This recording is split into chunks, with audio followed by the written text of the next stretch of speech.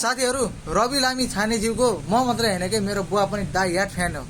उहाँ सुन्नु के भन्दै हुनुहुन्छ मेरो बुवाले, सुन्नु यो पुरा। रवि लामिछानेले जुन मुद्दा उठायो, जेएनजीको मुद्दा जुन मुद्दा उठायो, भ्रष्टाचारीको मुद्दा उठायो, त्यो आज चाहिँ ऊ जेलमा छ। कति चेलीबेटीलाई उद्धार गर्यो, त्यो आज जेलमा छ।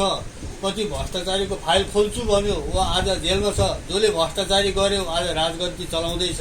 यस्ता भ्रष्टाचारीलाई नथुनेर यो जेएनजीले के हेरेको? ल यसमा तपाईँहरूले के भन्नुहुन्छ, के सोध्नुहुन्छ? ल कमेन्ट गर्नुहोस्। मेरो नाम कमेन्टमा लेख्नुहोस्, उमाशङ्कर भनेर कमेन्टमा लेख्नुहोस्। जय नेपाल, जय घन्टी।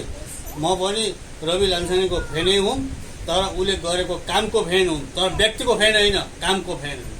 जय घन्टी, जय घन्टी। अनि तपाईँ अन्टी।